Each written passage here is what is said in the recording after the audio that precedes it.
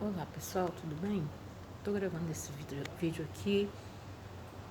Ele vai estar meio esquisito porque eu estou gravando de um outro telefone. E eu estou gravando assim mesmo, de qualquer forma, porque eu fiquei pensando nisso agora. Em cima dessa problemática toda aí do não mandar os filhos para a universidade, eu fiquei pensando naquele texto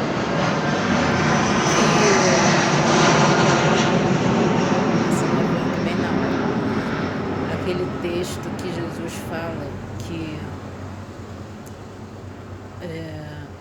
as portas do inferno não vão prevalecer contra a igreja.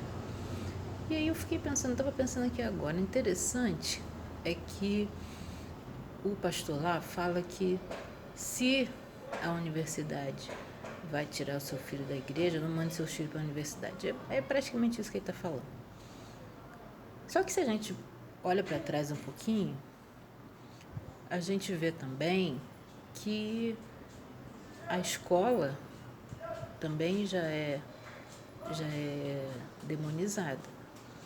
E assim, eu não sou totalmente contra a ideia do homeschooling.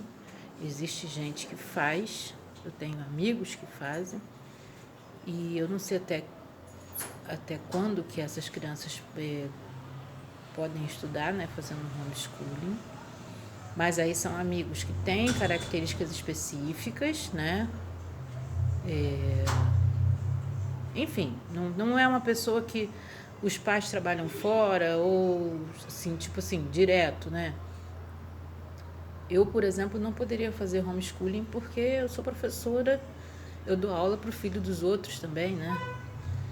E aí o que acontece? Mas assim, tudo bem, tem gente que faz o homeschooling e vive a vida dele normal, sem perturbar ninguém, sem também dizer que a escola é o pior lugar do mundo, né? Porque isso parece que ficou mais evidente nos últimos anos. E aí o que acontece? Se a escola também não é legal, a gente também tira os nossos filhos da escola. Aí olha o caminho que isso tá levando, né? Olha para onde isso está indo. As crianças não vão para a escola, vão ser ensinadas pelos pais em casa. Muito provavelmente, não sei como é, se existe homeschooling no ensino médio. Né? Fico pensando, uma criança que faz o fundamental todo em homeschooling e dá de cara com o ensino médio. Gente, eu conheço filhos de crentes que desviaram no Fundamental 2, né? No ginásio. Então, onde é que está esse problema? E aí, o que acontece? Pensando sobre isso, as crianças não vão para a escola, daqui a pouco elas também não vão para o ensino médio. Porque se a gente pensar que só as universidades fazem o adolescente, o jovem, no caso, se desviar, gente, quem está falando isso não tem ideia do atual momento escolar, gente. Agora, existem adolescentes crentes fiéis dentro das escolas. Porque nem todo brasileiro, né, tem condição de fazer homeschooling. Eu, particularmente, vejo o homeschooling um pouco mais elitizado. Posso estar errada. Pode haver mulheres aí, na sua maioria, né, são as mulheres que fazem homeschooling com os filhos. Deve ter homem também, não sei, não sou conhecedora de causa efetivamente, mas eu sempre ouço mais das mulheres que fazem homeschooling, tá? E aí, se tiver homem também, me perdoe, porque eu não sou conhecedora de causa, né? Não conheço tudo. E aí, o que acontece? Não vai para a escola porque a escola é um ambiente ruim. Não vai para a faculdade porque é um ambiente ruim. E aí eu fico pensando assim, a igreja não está avançando contra o inferno, né? A igreja está construindo um condado em volta de si e ficando isolada ali.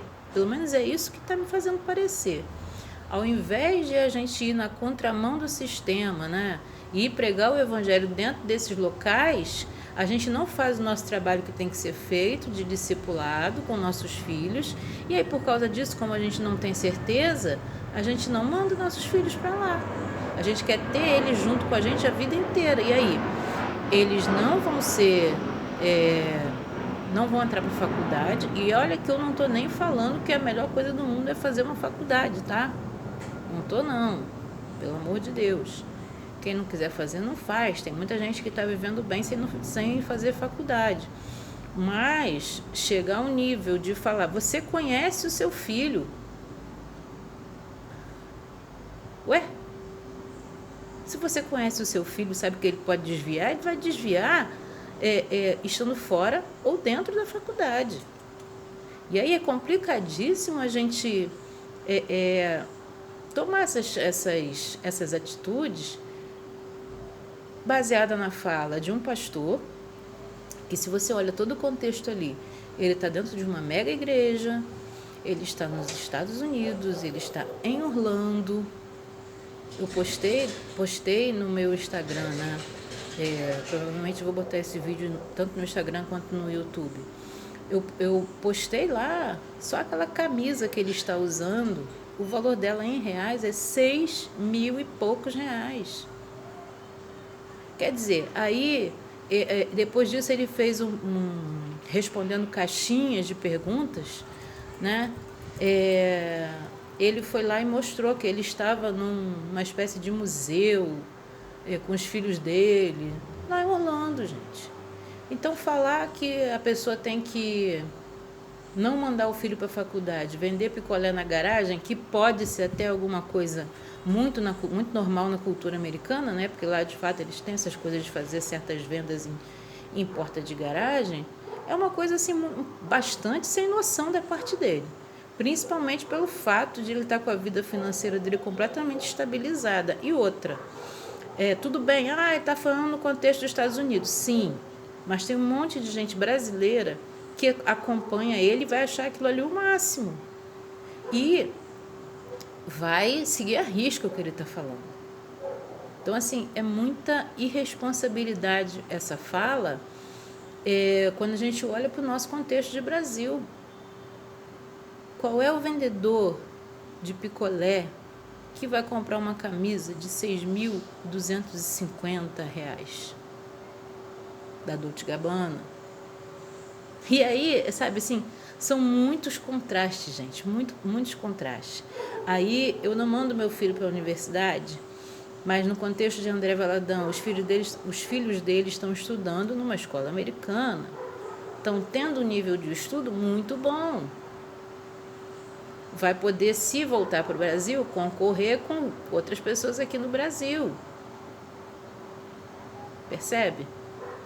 Então, assim, é injusto, tá? E qual é a estratégia ali? Pega um corte, aquele corte está na página oficial dele, tá? Ele mesmo depois falou ali, respondendo caixinha, tira nossa fala de contexto. Tirou a fala de contexto e está postado no site oficial, na página, no perfil oficial dele do Instagram. Ele não tinha visto isso? Como assim, gente? Aí a estratégia é a seguinte: pega uma fala polêmica, né? Pega uma fala polêmica, joga na internet, vai causar burburinho, evangélicos vão falar, não evangélicos vão falar, depois se faz de vítima, dizendo que a fala está fora do contexto. Pô, gente, por favor, né? Por favor, sabe? É muita desonestidade intelectual o cara falar um negócio desse. Vai lá no perfil dele, no perfil oficial dele no Instagram, tá lá o corte. Então, quer dizer, não foi nada que cortaram, botaram fora de contexto. Porque se cortaram, botaram fora de contexto, foi a própria equipe dele. E na boa, colocaram aquilo ali de propósito. Isso completo para bombar, para botar o André Valadão lá em cima nos Trend Topics, por aí, entendeu? E aí é isso. Então, como é que essa igreja que não está indo para a escola e que agora não vai para a universidade, como é que essa igreja que não conhece absolutamente nada de cosmovisão cristã vai avançar contra as portas do inferno? Então, assim, não vem com esse papinho mega espiritual para cima de mim, que é só pelo poder de Deus, né? Não vem com isso para cima de mim, não. Porque, assim, é um discurso, é um argumento muito furado, sabe? Muito furado. Porque na hora que a gente precisa de argumentar sobre questões do mundo, as pessoas são de carne e osso. As pessoas são de carne e osso e a gente precisa debater com gente de verdade, de carne e osso. Quando você entra numa universidade, aquele prédio não é um prédio espiritual, aquilo ali é feito de concreto e de tijolo. Entende? Então, assim, eu preciso ser espiritual em todos os contextos da minha vida, mas isso não significa dizer que eu vou virar um fantasma, que eu vou virar um espectro. Não. Isso precisa ser bem entendido, porque senão a gente começa a viver dentro de uma ignorância que tudo é espiritual nesse sentido. E não é isso, não é isso. Andar no espírito, viver no espírito não é isso. Não significa que a partir de agora eu sou mais santo, eu sou mais espiritual porque eu alcancei esse nível. Isso, infelizmente, acontece de montão. E tem um monte de gente que se afasta da igreja por conta disso, porque as pessoas nunca conseguem chegar no nível da espiritualidade concreto, correto, né? Tem sempre um medidor de espiritualidade dentro da igreja. Então, o que acontece? A gente precisa conhecer o que está acontecendo ao nosso redor. Lá no livro de 1ª ou 2ª Crônicas, existia a tribo de Isacar, que conhecia os tempos. A gente precisa conhecer o que está acontecendo nisso, ao nosso redor. A gente precisa saber o que está acontecendo. E a gente tem que viver dentro da realidade, entendendo essa realidade, primeiro, para não ser devorado por ela, e segundo, para ir para cima dela. As portas do inferno não podem prevalecer contra a igreja, mas não vai prevalecer se a igreja avançar.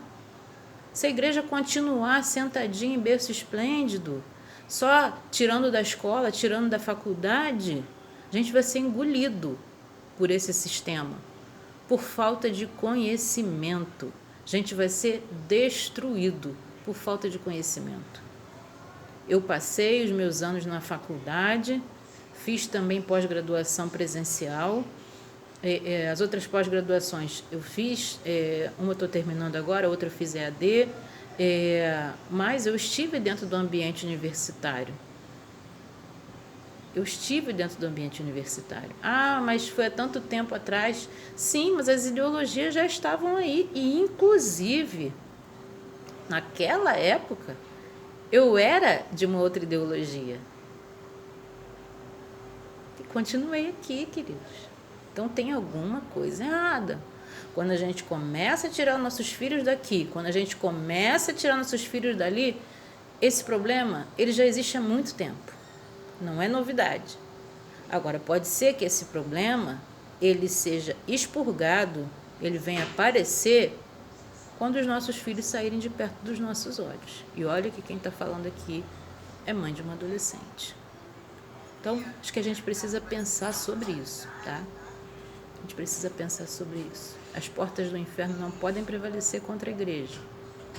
Mas, se a igreja quer viver dentro de um condado, não tem o que combater.